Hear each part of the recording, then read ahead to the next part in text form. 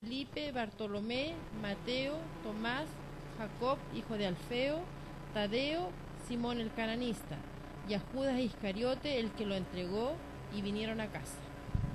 Se fija lo que dice el evangelista, registra que el Señor elige, llamó discípulos, de los cuales elige 12, para que estén con él, o sea, para prepararlos.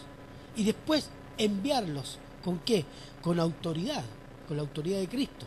¿A qué? A echar demonios, a predicar, a sanar, etcétera. Entonces, pero hay otros pasajes también que hablan de otros apóstoles. Por ejemplo, se habla del apóstol Bernabé. Veamos 2 Corintios 8:23. Porque la palabra apóstol significa enviado. Y hay otro tipo de enviados. 2 Corintios 8:23.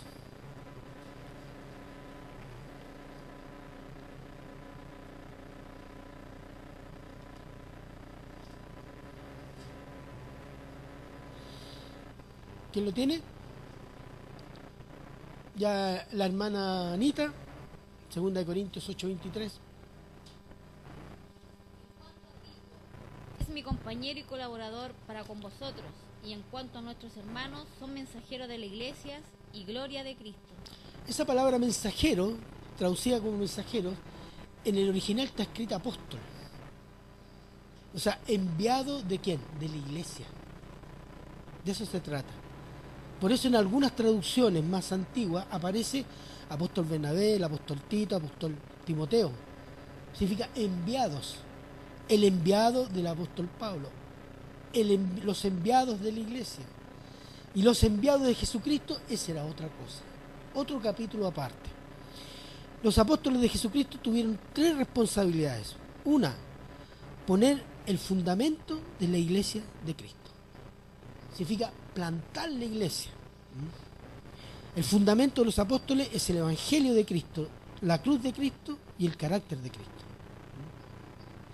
Efesios 2:20 se los leo yo, y que dice: edificado sobre el fundamento de los apóstoles y profetas, siendo la principal piedra del ángulo Jesucristo mismo.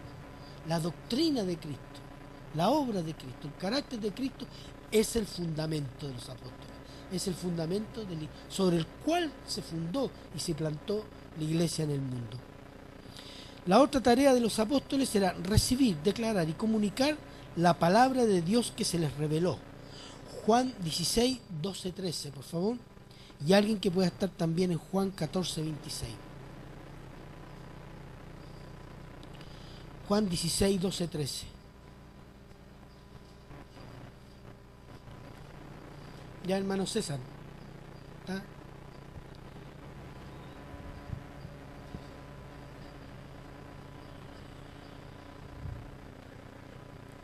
Aún tengo muchas cosas que deciros, pero ahora no las podéis sobrellevar.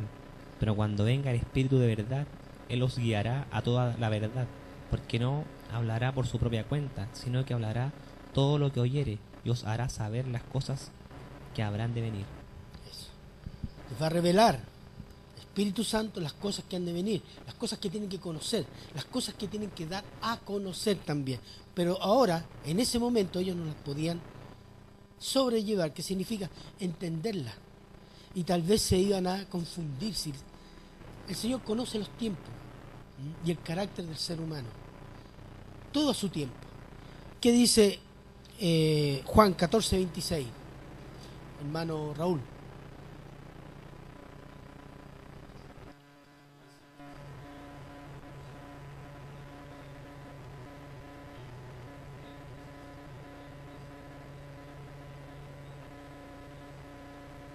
¿Dónde está todo eso? Esa revelación, todo lo que dijo Cristo, ¿dónde lo escribieron? El Nuevo Testamento. Todo el Nuevo Testamento habla de la vida, ministerio, la obra, explicación y segunda venida de Cristo. Ahí está. Esa revelación la tenemos completa. Esa fue la tarea de los apóstoles y sus asociados. Y la tercera, confirmar esa palabra por medio de señales y prodigios. Hebreos 2, 3, 4.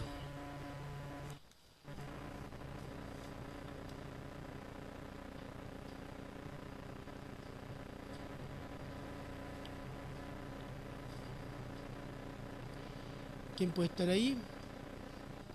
Hermana Anita. Amén. ¿Cómo escaparemos nosotros si descuidamos una salvación tan grande, la cual, habiendo sido anunciada primeramente por el Señor, nos fue confirmada por los que oyeron, testificando Dios juntamente con ellos, con señales y prodigios y diversos milagros y repartimientos del Espíritu Santo según su voluntad? Toda la palabra que predicaron los apóstoles fue confirmada con señales y prodigios. Fuera del Señor Jesucristo, que resucitó personas, ¿quién más lo pudo hacer? El apóstol Pedro resucitó una mujer. Y el otro que resucitó un joven, ¿quién fue? El apóstol Pablo. Es decir, los apóstoles fueron preparados y dotados de una forma especial. Vamos. Los 12 apóstoles más el apóstol Pablo fue un grupo de hombres elegidos, preparados y dotados de dones especiales para plantar el mensaje de salvación en Cristo en un mundo enemigo de Dios, o sea, judío que gentil. Ellos cumplieron esta tarea pagando con la vida. Y una vez plantada la iglesia en el mundo, Dios no proveyó más apóstoles de Cristo, puesto que no era necesario, ya que la iglesia necesitaba la difusión, que significa evangelismo, y necesitaba la edificación y maduración. Esa es tarea del pastoreo y enseñanza doctrinal del maestro. Los líderes de la iglesia que siguieron después de los apóstoles se les llamó históricamente los primeros padres. El último apóstol que murió fue el apóstol Juan.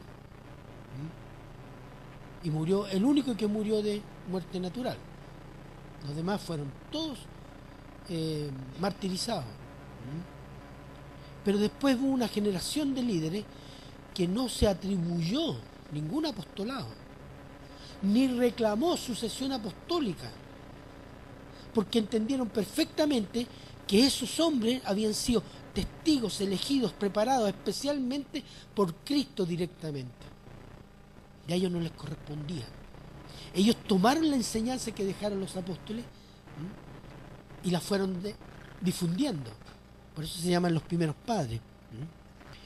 Entonces no existe lo que algunas iglesias reclaman, como la Iglesia Católica, sucesión apostólica. Los apóstoles ya habían cumplido la tarea. Esta cuestión de la sucesión apostólica viene a surgir después del siglo V después de Cristo, cuando la iglesia cristiana se transforma en católica romana, y es iglesia de Estado, gobernada por los emperadores romanos. Reclama sucesión apostólica, ¿para qué? El obispo de Roma reclama sucesión apostólica para gobernar no solo la iglesia, sino también gobierno. Y que a lo largo de los siglos significó gobernar Europa. ¿Por qué? Porque se suponía una supuesta sucesión apostólica de Pedro. Y todavía se dice, ¿cierto? ¿Quién era el sucesor de Pedro? El Papa, el último mentiroso que llegó. Entonces, eso no es una estafa, es un fraude histórico y teológico. Porque ni los primeros padres, ni los primeros cristianos, hasta por lo menos el siglo IV, ningún obispo reclamó eso. Es posterior a intereses políticos que se reclama eso. Es una usurpación, un robo de una prerrogativa que le correspondió históricamente en un momento determinado solo al Señor Jesús cuando estuvo en la tierra. Nadie más. Y nadie más puede atribuirse eso. El Señor no está en la tierra. Entonces, es una estafa. Es un fraude histórico y teológico. También los autodenominados apóstoles que le mencionaba actualmente, que más o menos ya llevan unos 20 años, hay algunos que ahora son arcángeles. Usted se ríe, pero esta gente se toma en serio sus mentiras. Y cuando un pastor me contó que una vez lo invitaron a una cena social, Y llegó otro pastor. Entonces te presenta, yo soy pastor de la iglesia bautista. Yo soy apóstol, le dijo el otro. Así, Y lo quedo mirando, pero estaba más inflado que, Dios mío, pero ese es el aire que se dan. ¿Por qué? Mire, ellos reclaman el gobierno de la iglesia de Cristo para los apóstoles actuales. Reclaman la subordinación de la iglesia a sus caprichos para la construcción del reino. Hoy, ¿qué significa? Dirigir la iglesia a participar y controlar grandes negocios y la política como parte de la construcción del reino. Y todo esto bajo una teología. Se llama Reino Hoy y la teología de la prosperidad. Que no es más que estafar la fe y los bolsillos de la gente como la estafa de las indulgencias católicas. Este es el proceso de apostasía que estamos viviendo. Entonces no existen apóstoles, son un fraude, estos también, son peor que los católicos. Porque estos son más fresquitos, son más fáciles de pillar. Y históricamente, vamos a volver atrás, históricamente, ¿cuál era la condición para ser apóstol? Hay un momento en que hay que reemplazar a Judas, ¿cierto? Y miren lo que dice en Hechos 1, 21-22.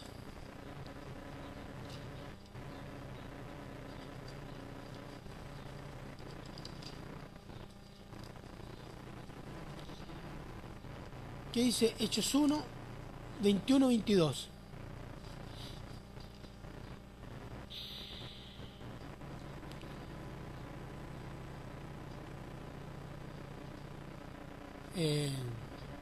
Hermana Georgina. Ya, hermana Georgina.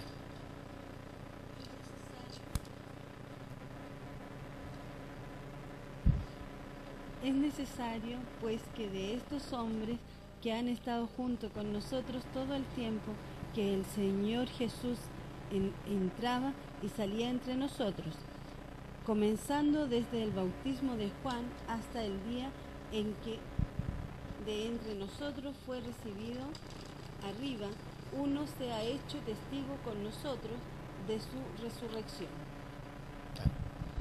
Para reemplazar a Judas. Judas había traicionado al Señor Jesús y se suicidó. Entonces, para reemplazarlo, ¿cuál era la condición? Uno, que hubiera sido testigo del ministerio del Señor Jesús desde el bautismo de Juan hasta cuando Él ascendió. ¿Cuántos eran esos? ¿100, 200? ¿Sabe que eran un poquito? No eran muchos. Que se mantuvieron con el Señor Jesús de principio de su ministerio hasta el final de su ministerio. Esa era la condición para ser apóstol. La única excepción que hizo el Señor Jesús fue el apóstol Pablo. Pero el Señor Jesús personalmente se le apareció, lo llevó al desierto, le cambió el chip en el desierto. Y el apóstol siempre dijo: yo soy apóstol de Jesucristo por voluntad de Jesucristo y no de hombre. Y ninguno más pudo decir eso. Ni esto, ni los católicos pueden decir eso. Bien, profetas. Vamos a ver qué significa profetas en el tiempo de los apóstoles y en el tiempo actual. Lucas 16, por favor.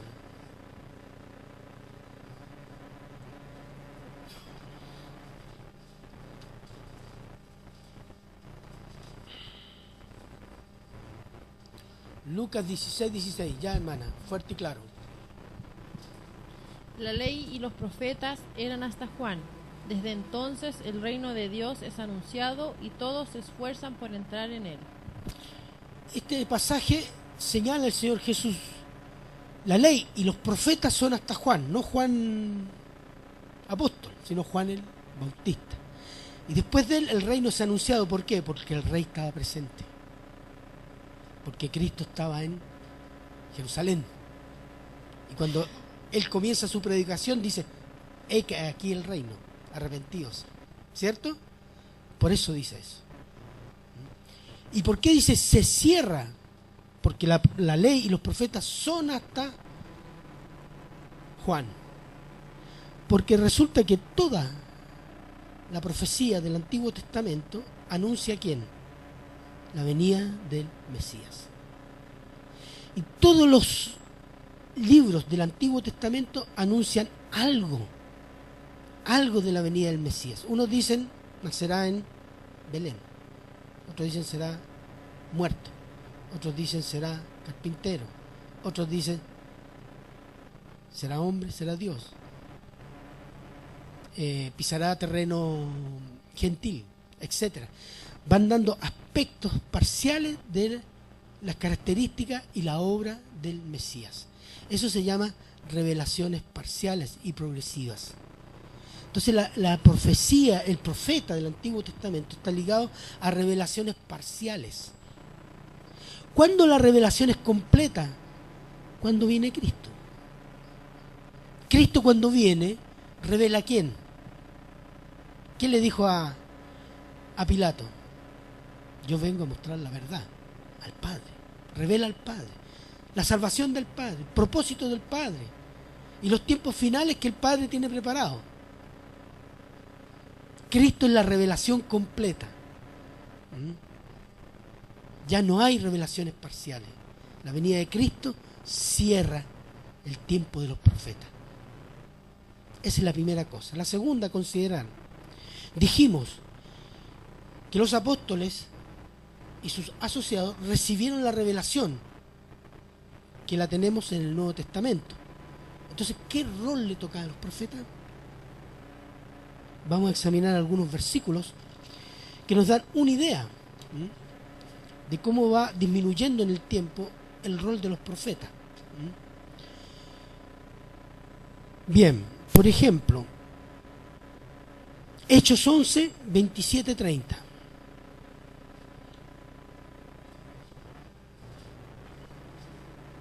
Hechos 11, 27, 30. En aquellos días unos profetas descendieron de Jerusalén a Antioquía, y levantándose uno de ellos, llamado Agabo, daba a entender por el Espíritu que vendría un gran hambre en toda la tierra habitada, la cual sucedió en el tiempo de Claudio. Entonces los discípulos, cada uno conforme a lo que tenían, determinaron enviar socorro a los hermanos que habitaban en Judea, lo cual en efecto hicieron, enviándolo a los ancianos por mano de Bernabé y de Saulo. Bien, gracias hermana. Vamos a Hechos 21, 8, 12.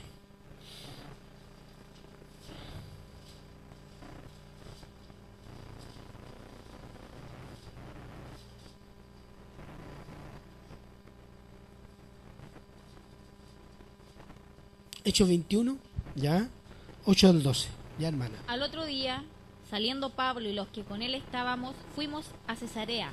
Entrando en casa de Felipe, el evangelista, que era uno de los 7, posamos con él. Este tenía 4 hijas, doncellas, que profetizaban. ¿Hasta dónde? 12.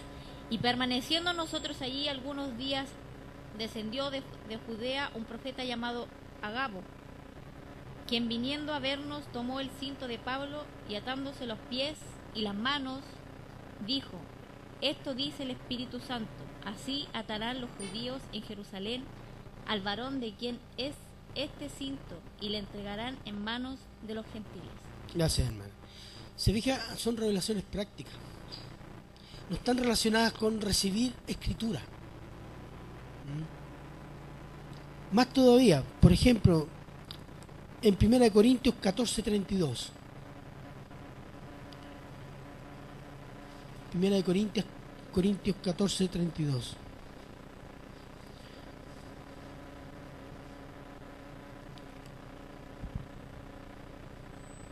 Y los espíritus de los profetas están sujetos a los profetas.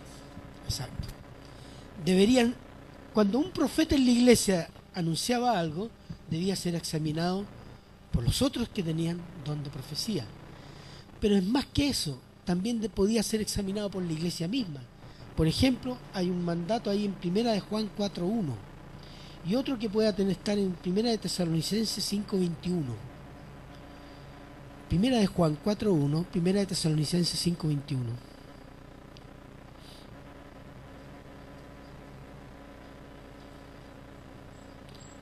¿Hermano Luis? Ya. ¿Cuál va a leer? Primera de Juan 4.1 dice: Ya, amén. Amados, no creáis a todo espíritu, sino probad los espíritus si son de Dios, porque muchos falsos profetas han salido por el mundo. La advertencia. Hay muchos profetas, pero hay muchos falsos también. Examínelo. Quédese con lo bueno. ¿Mm? Y Primera de Tesalonicenses 5.21. Examinarlo todo, retened lo bueno. ¿Ve? Ese es un mandato a la iglesia. Entonces los profetas no tenían una cierta autoridad. Eran revelaciones prácticas. Más todavía. Primera de Corintios 14:37.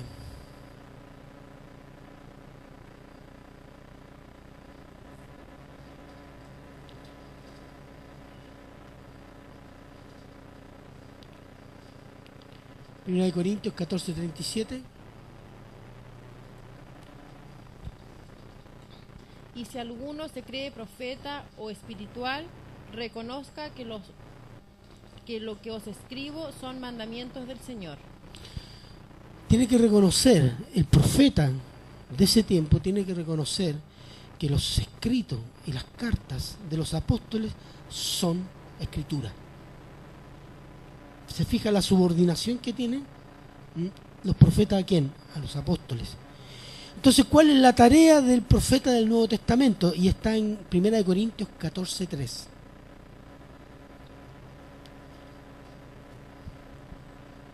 Pero el que profetiza habla a los hombres para edificación, exhortación y consolación. ¿Se fija?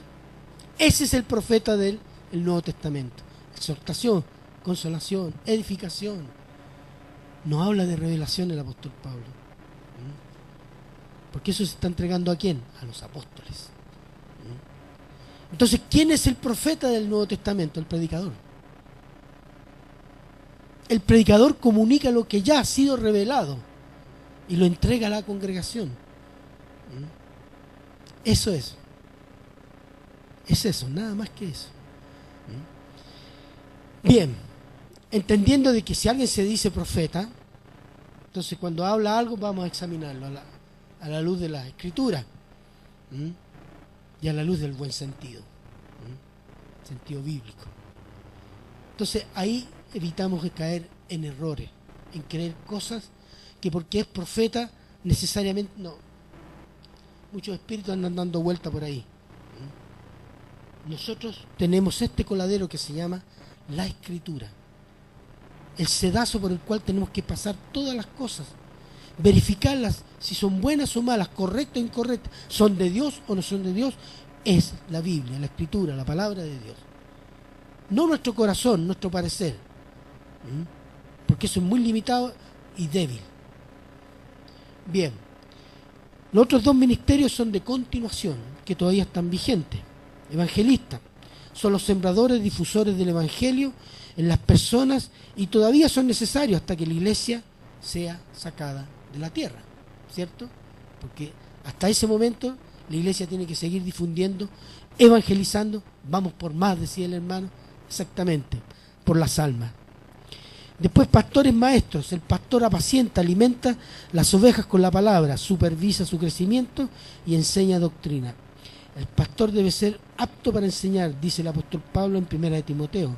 Pero pueden haber maestros que no necesariamente tienen el llamado pastoral. Y eso ha sucedido. Como por ejemplo el doctor Evis Carballosa. Él no se declara pastor, él se declara maestro. Él es un estudioso de las Escrituras. La iglesia debe cuidar a estos hombres que son regalos de Cristo para la edificación. ¿Cómo debe cuidarlos? Orando por ellos. Orando por ellos. Que su enseñanza, su testimonio sea correcto, sea fiel. Yo pido mucha oración en los días viernes a los hermanos por mi fidelidad. Es por eso. Que mi vida sea fiel al Señor. Que la palabra que entrego sea fiel a la palabra del Señor, para que los hermanos sean edificados con la sana doctrina. con el buen pasto. Y esa es una oración que la iglesia debe tener permanentemente por sus líderes, el evangelista, el pastor, los maestros, las maestras de niños, que son un regalo del Señor para la edificación. Versículo 12, vamos al versículo 12, ¿qué dice? A fin de perfeccionar a los santos para la obra del ministerio, para la edificación del cuerpo de Cristo. Perfeccionar significa ser maduros, completos, para el servicio de la edificación de los hermanos, cada uno sirviendo con su don para la gloria del Señor. Podemos hacer muchas cosas, hermano, pero si no usa su don, hay algo que no está bien. Cada uno tiene un don. Eso ya lo hablamos un miércoles, la responsabilidad espiritual. Conocer, reconocer su don y practicarlo. ¿Por qué? Porque eso da gloria a Dios y edifica a mis hermanos. Aquí necesitamos don de misericordia, necesitamos don de organización, necesitamos don de maestros y maestras, porque eso nos edifica a todos. Y el cuerpo es una mano, lava la cara, y la boca saca la uña de los pies, ¿no? ¿Cierto? Pero una mano ayuda a la otra.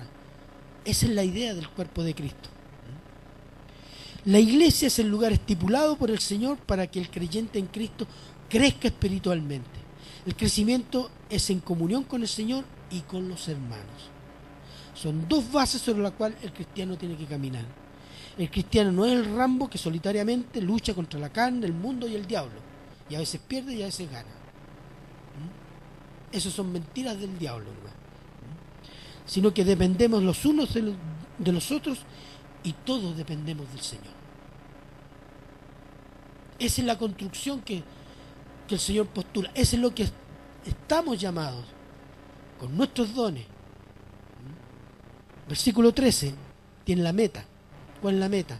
Hasta que todos lleguemos a la unidad de la fe y del conocimiento del Hijo de Dios, a un varón perfecto, a la medida de la estatura de la plenitud de Cristo. Unidad de la fe significa unidad en la enseñanza, en la doctrina. Un solo entendimiento de lo que es Cristo, un solo entendimiento de lo que es la palabra, un solo entendimiento de lo que es la salvación. Y experimentar en nuestra vida al Hijo de Dios, para llegar a ser un varón o una mujer completo. ¿Dónde está nuestra completeza? Llegar a la altura de Cristo. Ese es el parámetro. El parámetro no es el pastor, hermanos.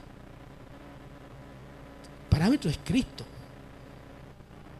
Por muy bueno que pueda ser un pastor, o un evangelista, o un líder de jóvenes, es siempre un hombre. Pero nuestro parámetro es Cristo. Hermanos, todo el propósito de vida del cristiano es conformarnos a Cristo. Romanos 8:29.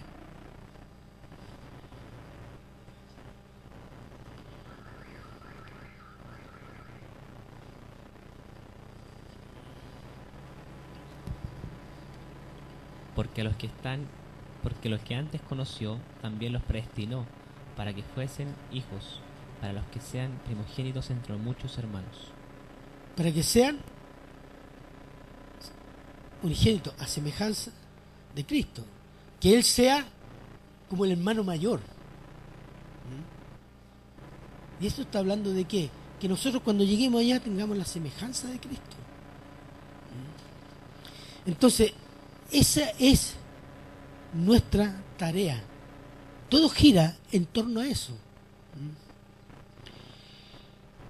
El cristianismo no es solo hacer muchas cosas, es hacer lo que tenemos que hacer, pero con un corazón lleno para la gloria de Dios.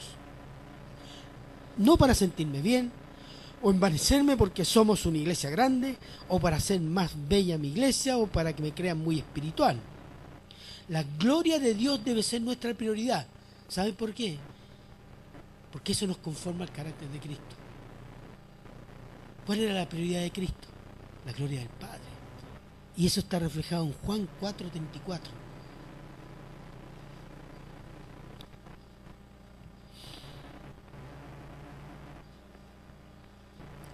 Juan 4:34.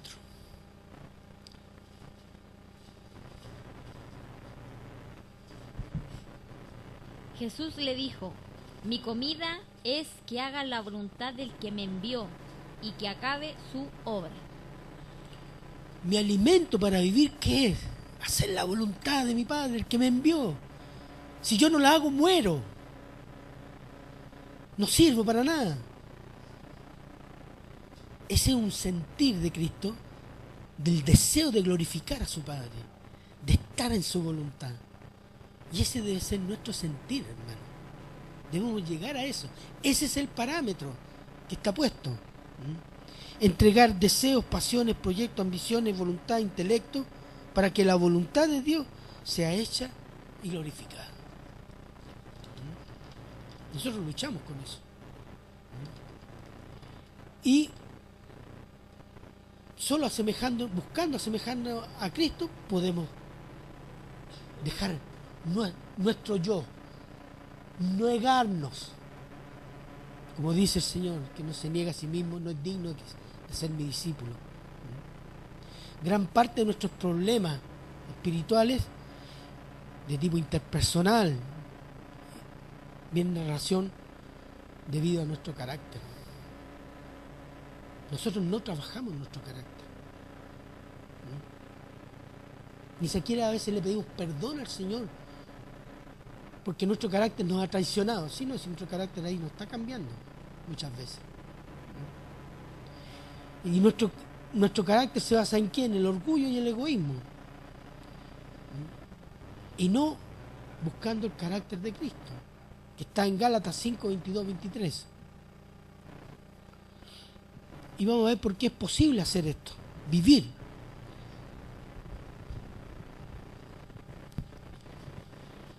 Vivir según el carácter de Cristo. Ya, hermana. Mas el fruto del Espíritu es amor, gozo, paz, paciencia, benignidad, bondad, fe, mansedumbre, templanza. Contra tales cosas no hay ley. Eso los frutos del Espíritu reflejan y es el carácter de Cristo. Y nosotros podemos vivirlo. ¿Por qué? Porque el Espíritu Santo está en nosotros y el Espíritu Santo tiene esa tarea, conformarnos al carácter de Cristo. Y cuando yo hago algo, lo hago para la gloria de Dios. Que Dios sea glorificado. No digan, qué espiritual este hermano. Pucha, que hace bien las cosas. No. Que digan, qué grande. Como dijo un pastor, no existe un gran hombre de Dios. Existe un gran Dios que puede tomar los hombres y cambiarlos. Esa es la diferencia.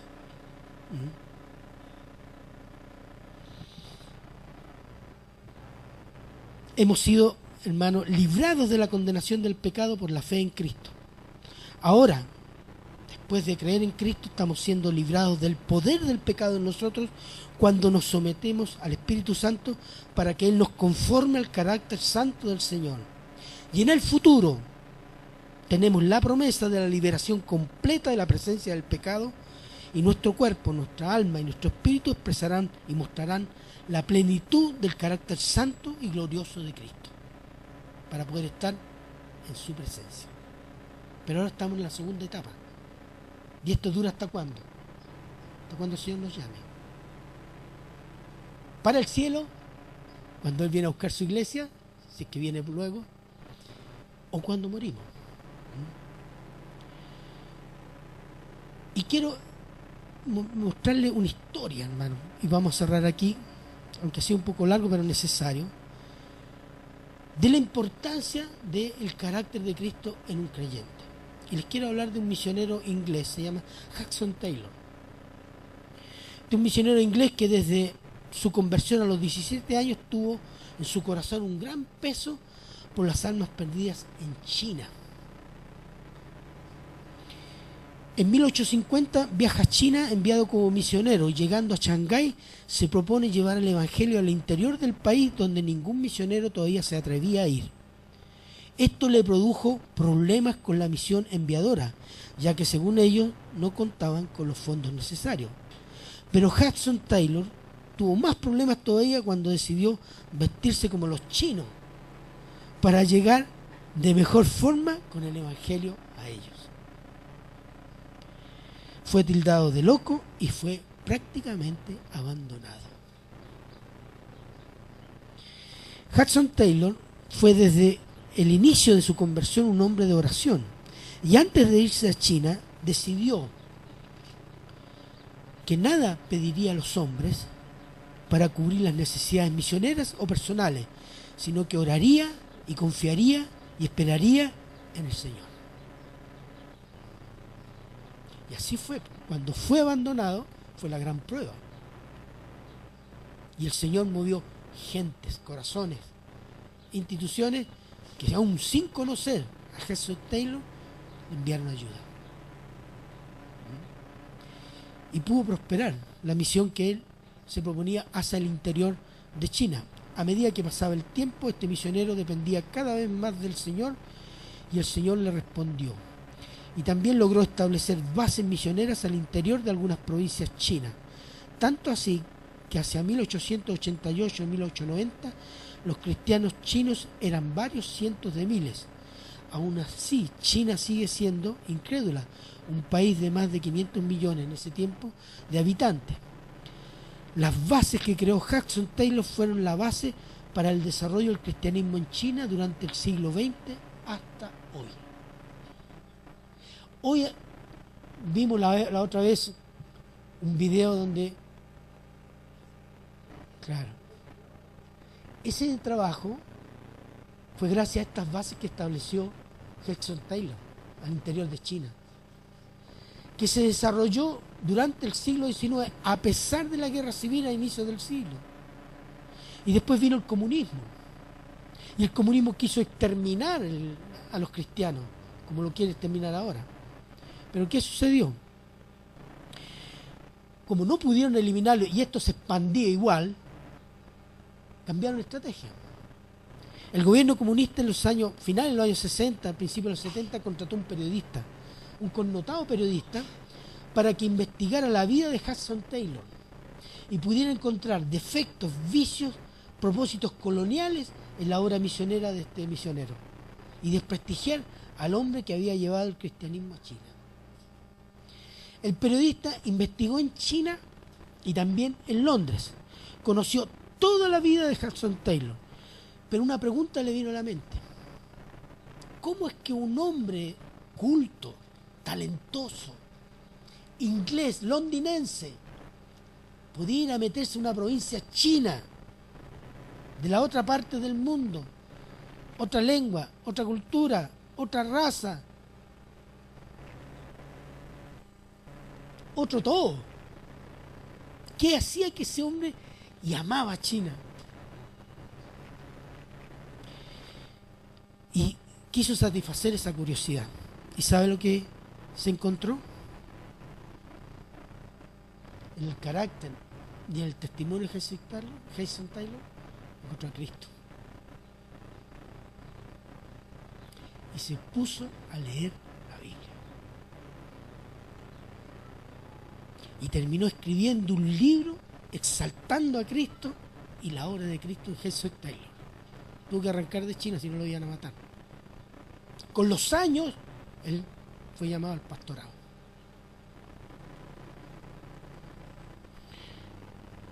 ¿Qué descubrió? Y eso es lo interesante. Este hombre incrédulo, en el carácter y el testimonio de Hudson Taylor, a Cristo. La pregunta es, sus nietos, sus bisnietos, sus tataranietos, cuando hablen de usted, van a poder descubrir en el carácter y en el testimonio de vida a Cristo. Y van a decir, mi abuelo, mi tatarabuelo era cristiano, ¿verdad? ¿Va a poder impactar generaciones futuras cuando lo conozcan? Esa es la pregunta que tenemos que hacernos, hermanos. Porque nuestro cristianismo no es solo para hoy. Van a haber familiares, generaciones futuras, que van a saber de usted y van a querer saber quién era ese tío abuelo cristiano, que leía la Biblia, que no se perdía un culto, van a poder ver a Cristo? Piénsenlo, hermano. Porque nuestro testimonio futuro se juega ahora, en esta vida. ¿Y cómo? Buscando ser más parecido a Cristo.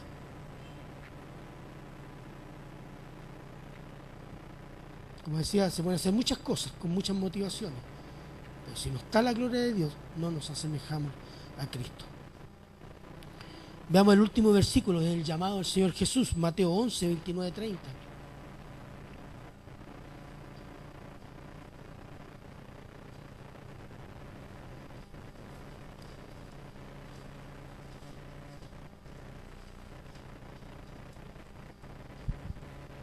Llevad mi yugo sobre vosotros y aprended de mí, que yo soy manso y humilde de corazón, y hallaréis descanso para vuestras almas. La invitación. ¿Cuál es la invitación? Yo soy manso. Imítenme. ¿Y qué van a tener? Descanso. Esa es la promesa. Esa es la promesa. Asemejarse al carácter de Cristo, vamos a tener descanso, hermano. Tal vez mucha lucha, pero descanso. El reposo en Cristo Jesús. ¿Para qué? Ser humilde, manso como Él. Asemejarse al carácter de Cristo. Eso es. Quiero dejarle esto y medítelo seriamente, hermanos. Porque hoy día nosotros podemos pasar por buenos cristianos y no podemos engañar a muchos. Al único que no engañamos es al Señor. Y tal vez las generaciones futuras no vean nuestro testimonio como tan clarito. Entonces, piense, medite, cómo está su relación con el Señor, las motivaciones,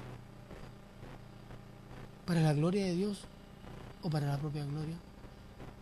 Cada uno de nosotros, todos incluidos, nosotros todos. Cada día deberíamos pensar en las motivaciones. Si queremos parecernos al carácter de Cristo, si queremos la gloria de Dios. Los dejo. Oremos. Padre eterno, Padre misericordioso, Señor. Grande es tu palabra, Señor, que nos enseña y nos llama a ser como tu Hijo amado, Señor. Yo quiero pedirte, Señor, que esta palabra pueda ser sellada en nuestros corazones, Señor. Y si hay algo que no estamos haciendo bien, según tu palabra, te quiero pedir perdón, Señor. Y rogamos humildemente tu ayuda, Señor. Tu socorro, Señor, para que tu obra en nosotros no sea vana, Señor, y pueda dar gloria a tu nombre. Gracias te damos, Señor, en el nombre de Cristo Jesús. Amén.